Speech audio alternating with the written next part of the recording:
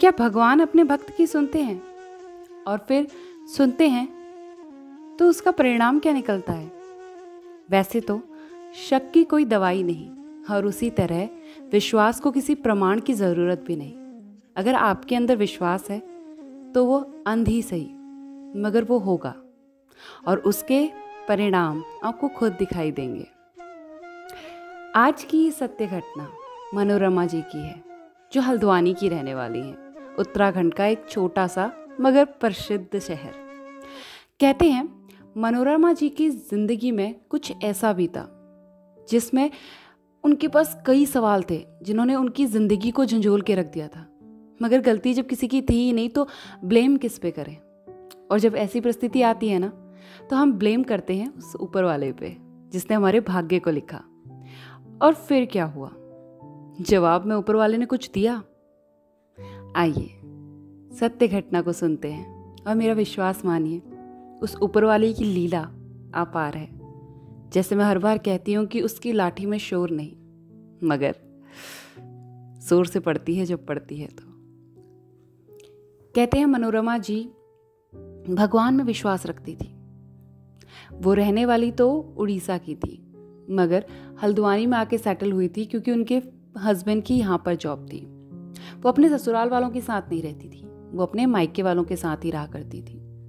और मायके वालों के साथ क्या कहूँ, मायके में रहा करती थी क्योंकि उनके मम्मी पापा की डेथ हो गई थी और उनके कोई भाई नहीं थे। तो सारी की सारी जिम्मेदारी या फिर घर का सारा कह लीजिए ज़मीन जायदाद उनके नाम कर दी गई थी। तो वो घर को देख रेख करती और अपने मायके में ही रहती। उनका एक ही बेटा था, कृष्णा, जो 18 साल का था। अचानक से एक दिन कृष्णा को बुखार आया। जब चेकअप कराने गए तो पीलिया निकला, और पीलिया कुछ इस कदर बढ़ गया कि उसकी डेथ हो गई। एक 18 साल के नौजवान लड़के को खो देने का गम एक माँ से बेहतर कौन जानता होगा। मनोरमा जी कहती हैं कि उसके बाद वो ऑलमोस्ट पागल हो गई थी। उनके पति को समझ ही नहीं आ रहा था कि वो क्या करें। उन्होंने अपनी बहन, अपने भाई, अपने मम्मी पापा न जाने किस किस को बुला दिया, मगर कोई मदद के लिए तैयार ही नहीं हुआ, आया ही नहीं। मनोरमा जी के पति अकेले हो गए। वो अपनी वाइफ को लेकर इधर से उधर घूमते या फिर अपने बेटा के क्रियाक्रम करते। फिर भी उन्होंने जैसे तैसे खुद को संभाला और अपनी वाइफ को लेकर मुंबई गए। वहाँ उनका चेकअप कराया। वो किसी को भी पहचानने से इनकार कर रही थी, जैसे इस दुनिया को ही अब नहीं देखना चाहती हो। 1 महीने बाद उनका इलाज हुआ और थोड़ी रिकवरी हुई। वो वापस अपने घर आ गई। फिर भी मन में हमेशा एक ही सवाल रहता, हे भगवान, मैंने आपकी पूजा प्रतिष्ठा इतनी दिल से चाहे नहीं की, मगर कभी कोई गलत भी तो नहीं किया। फिर मेरे बेटे को आपने क्यों ले लिया? मैं अब किसके सहारे जीऊं? और ये सवाल वो ना जाने कितनी बार एक दिन में पूछती। आसपास के लोगों ने, क्योंकि हल्द्वानी उत्तराखंड से जुड़ा हुआ एक शहर है जहाँ पर लोग भगवान पे बहुत ज़्यादा विश्वास करते हैं, क्योंकि ये एक कर्म भूमि नहीं धर्म भूमि है। तो वहाँ के लोगों ने बोला आप वृंदावन हो आइए, शायद वहाँ पे आपका मन शांत हो जाए।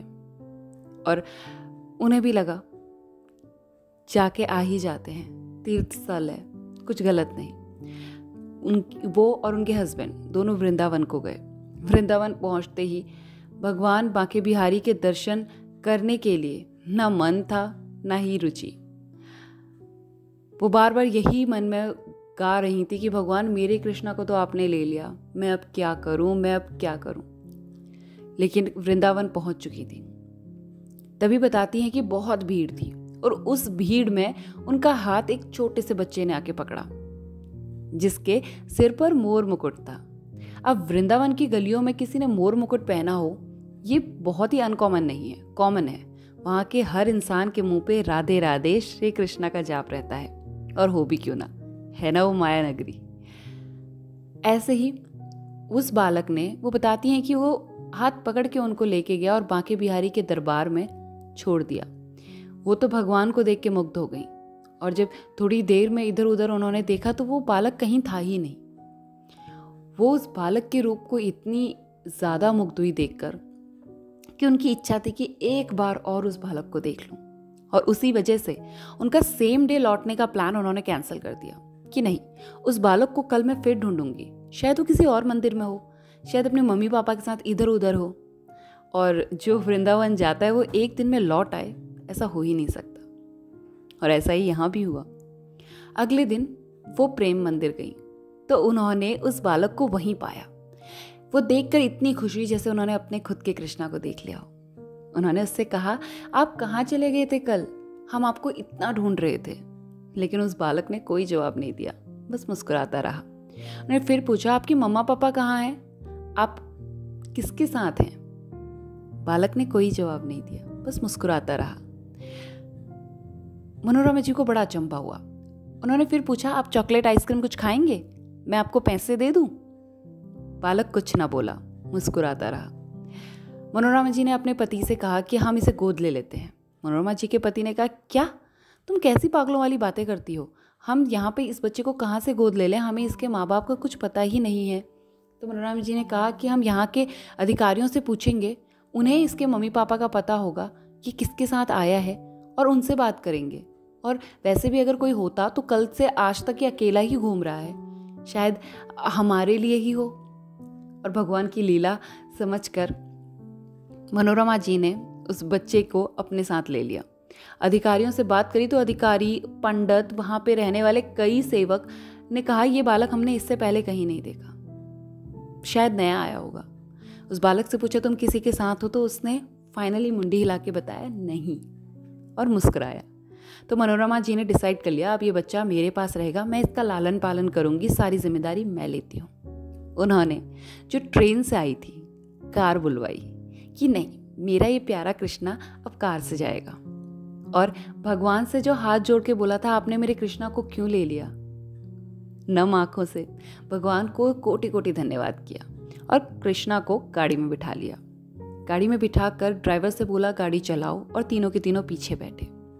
उस बच्चे से बोला, तुम कुछ खाओगे? तो उसने मना कर दिया, लेकिन उन्होंने कहा कि बता दूं, अब हम रात को कहीं नहीं रुकेंगे, अब हम मॉर्निंग में पहुंचेंगे अपने घर, तुम्हें मैं चॉकलेट लेके देती हूँ।